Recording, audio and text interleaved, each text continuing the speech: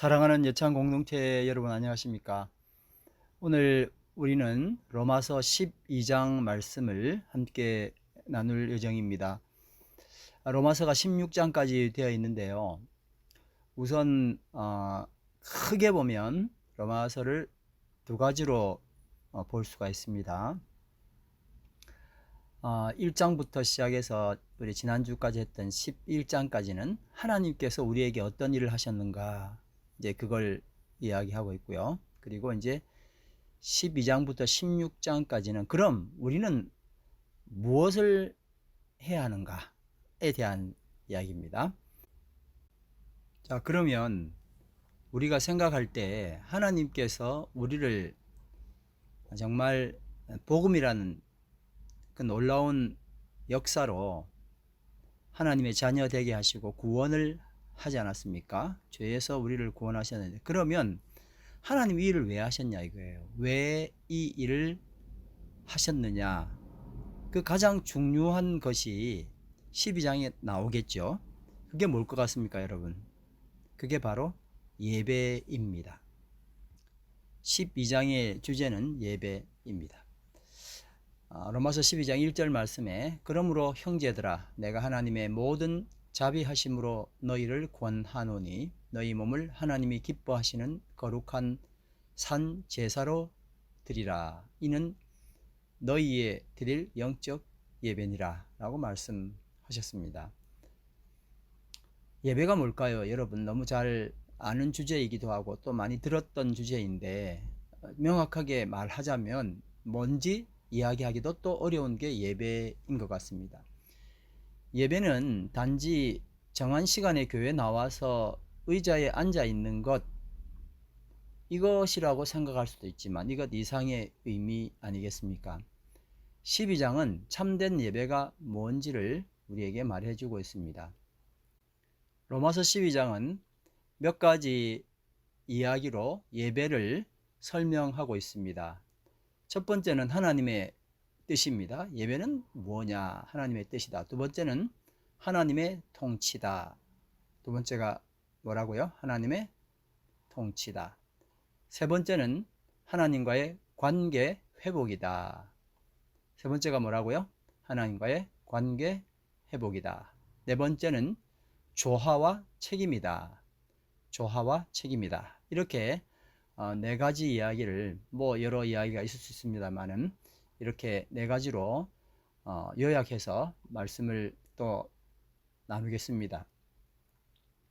하나님의 뜻이 예배이다. 무슨 의미일까요? 우리 생각을 좀 바꿔야 된다 하는 겁니다. 우리가 사실 이 세상을 따라가기 위해서 아무리 노력한다 해도 사실 결코 그건 따를 수가 없죠. 누구를 따르고 얼마만큼을 또 가야 이 세상을 따라갔다고 이야기하겠습니까? 그래서 하나님께서는 우리에게 오히려 다른 방법을 제시를 하시는 거죠. 이 세대를 본받지 말라고 그럽니다. 오직 마음을 새롭게 함으로 변화를 받으라고 그럽니다. 자, 근데 가장 중요한 말씀이 있는데, 하나님의 선하시고 기뻐하시고 온전하신 뜻이 무엇인지 분별하도록 해라.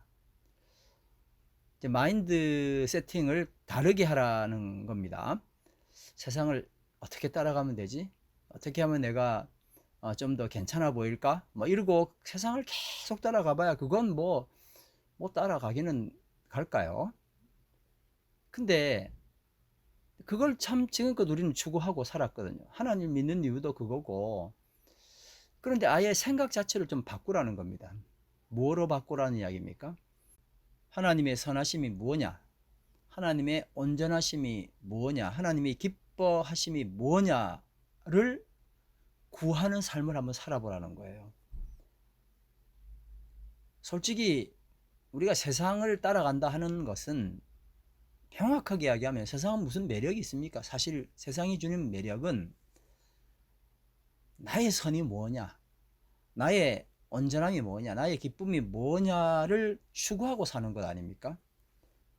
그걸 자꾸 하나님이 기뻐하실 거라고 나이가 들수록 더 그렇게 고집을 하는 거죠. 이건 하나님이 좋아하는 거야. 하나님은 내 기쁨을 좋아하시는 거야. 뭐 이러면서 이제 자꾸 합리화시키는데, 그래서 어떤 만족이 있습니까? 그래서 하나님의 뜻을 구하라. 방향을 아예 바꿔라는 겁니다. 하나님이 기뻐하시는 뜻을 구하면 내가 기뻐하는 뜻은 자동으로 되고 뭐 이런 개념이 아니고 좀 바꿔야 돼요. 그래서 자꾸 헷갈리는 거죠. 하나님이 기뻐하시면 나는 죽는 겁니다. 그게 세상이 말하는 기쁨과의 차이이죠. 그래서 너희는 이 세대를 본받지 말라. 딱 떨어지게 말씀하셨습니다. 그리고 마음을 새롭게 해라. 어떻게 마음을 바꾼다고요? 네, 세상을 따라가고 내 기쁨을 따라갔던 지금까지의 방식에서 어떻게 한다는 겁니까? 하나님의 선하신 뜻이 무엇인지를 추구한다 하는 것입니다.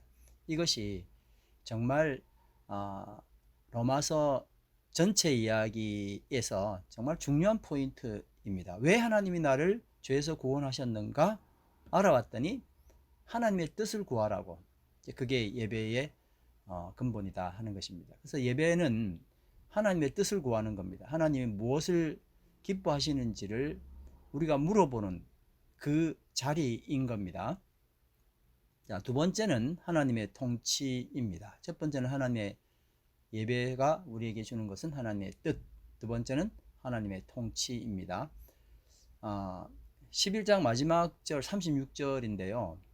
만물이 그에게서 나왔고 그로 말미암고 그를 위해서 있다.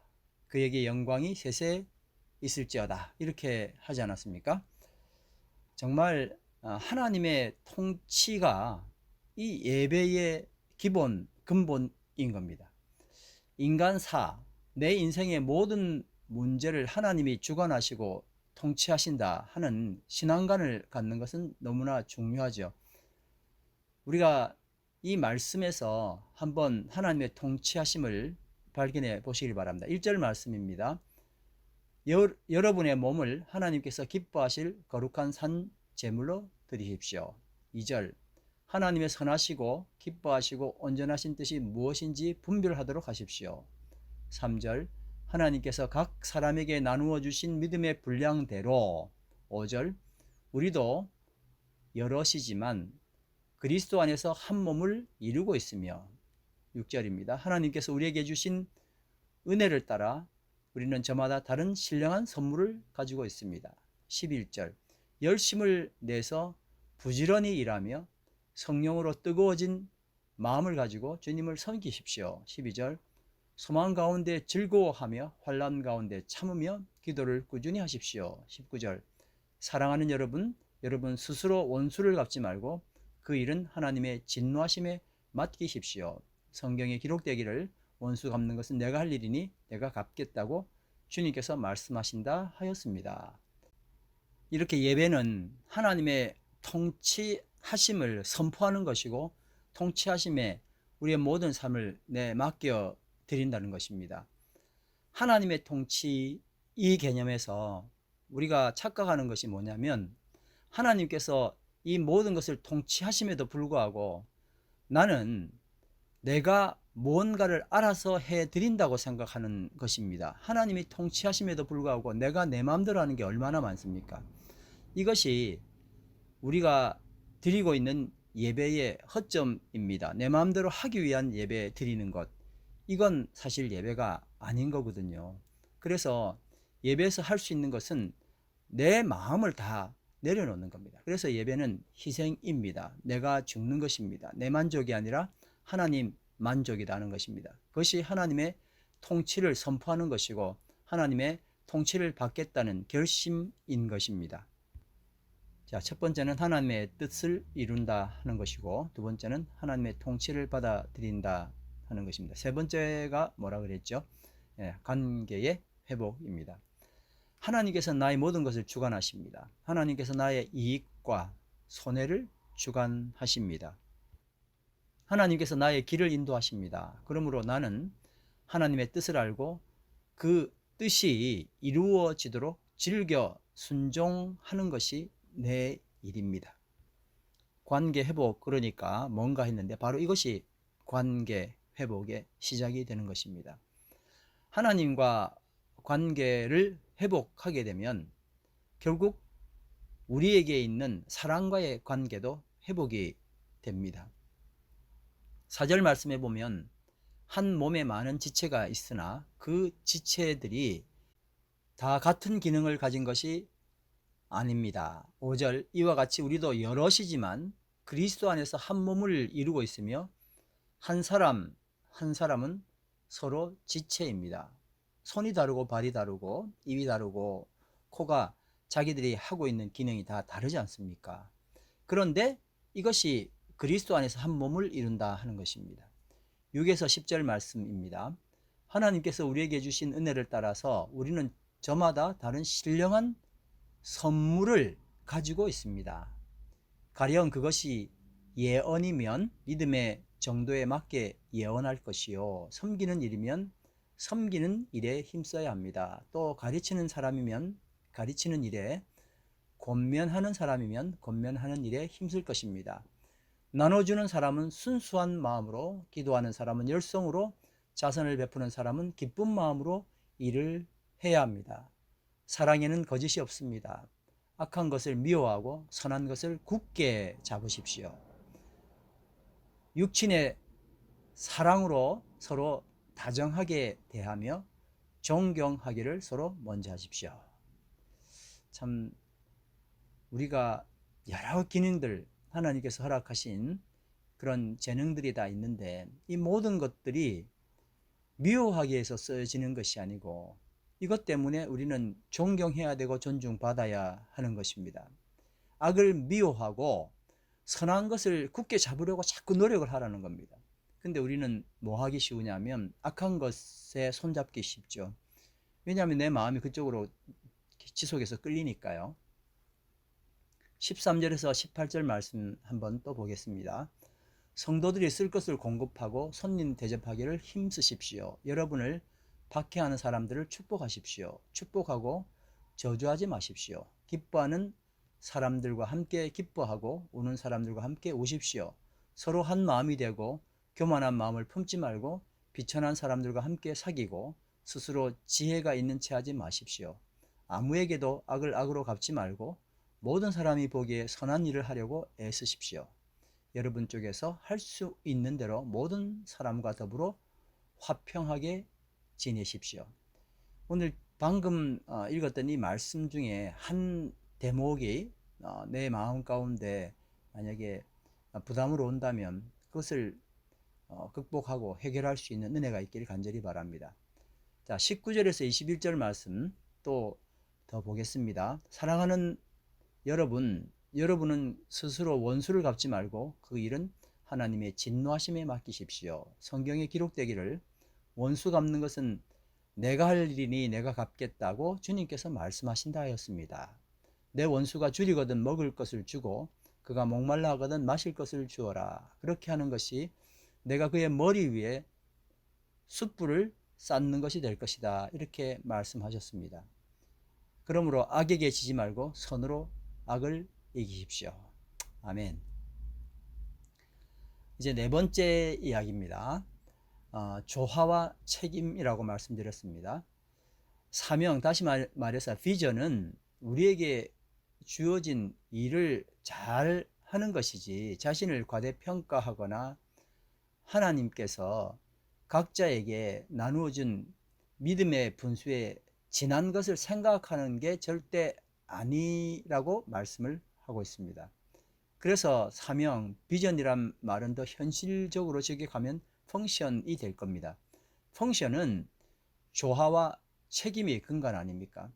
위대하다는 것은 조화와 책임이 그 생각의 중심에서 활동하는 겁니다. 조화를 무시하고 책임감 없는 위대한 사람은 이 세상엔 아무도 없습니다. 조화를 무시하고 책임감이 없는데 어떻게 사람이 위대해질 수 있겠습니까? 그러니까 조화와 책임을 무시한 악명 높은 사람이 있겠죠. 하나님께서 직접 고안해 주신 것, 사람이 만든 게 아닙니다. 그 직접 고안해 주신 펑션은 뭘까요? 그게 가족입니다. 이것을 무시하는 사명, 비전, 이건 비전이라 할 수 없겠죠. 예배는 삶의 현장에서 하나님의 뜻을 이행하는 겁니다. 하나님의 통치하심을 인정하고 그의 기쁨에 순종하는 것입니다. 그로 인해서 하나님과 관계가 회복되고 사람과의 관계도 회복되는 것입니다. 예배는 내가 튀는 것이 아니라 내 펑션에 맞게 움직이는 것이죠.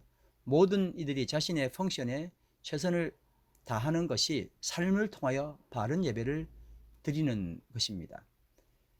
그리스도 예수의 종인 나는 나의 이웃과 바른 예배를 드리는 사명을 이루기 위해서 하나님의 선택을 받은 축복된 사람임을 선포하시고 기뻐하시길 간절히 바랍니다.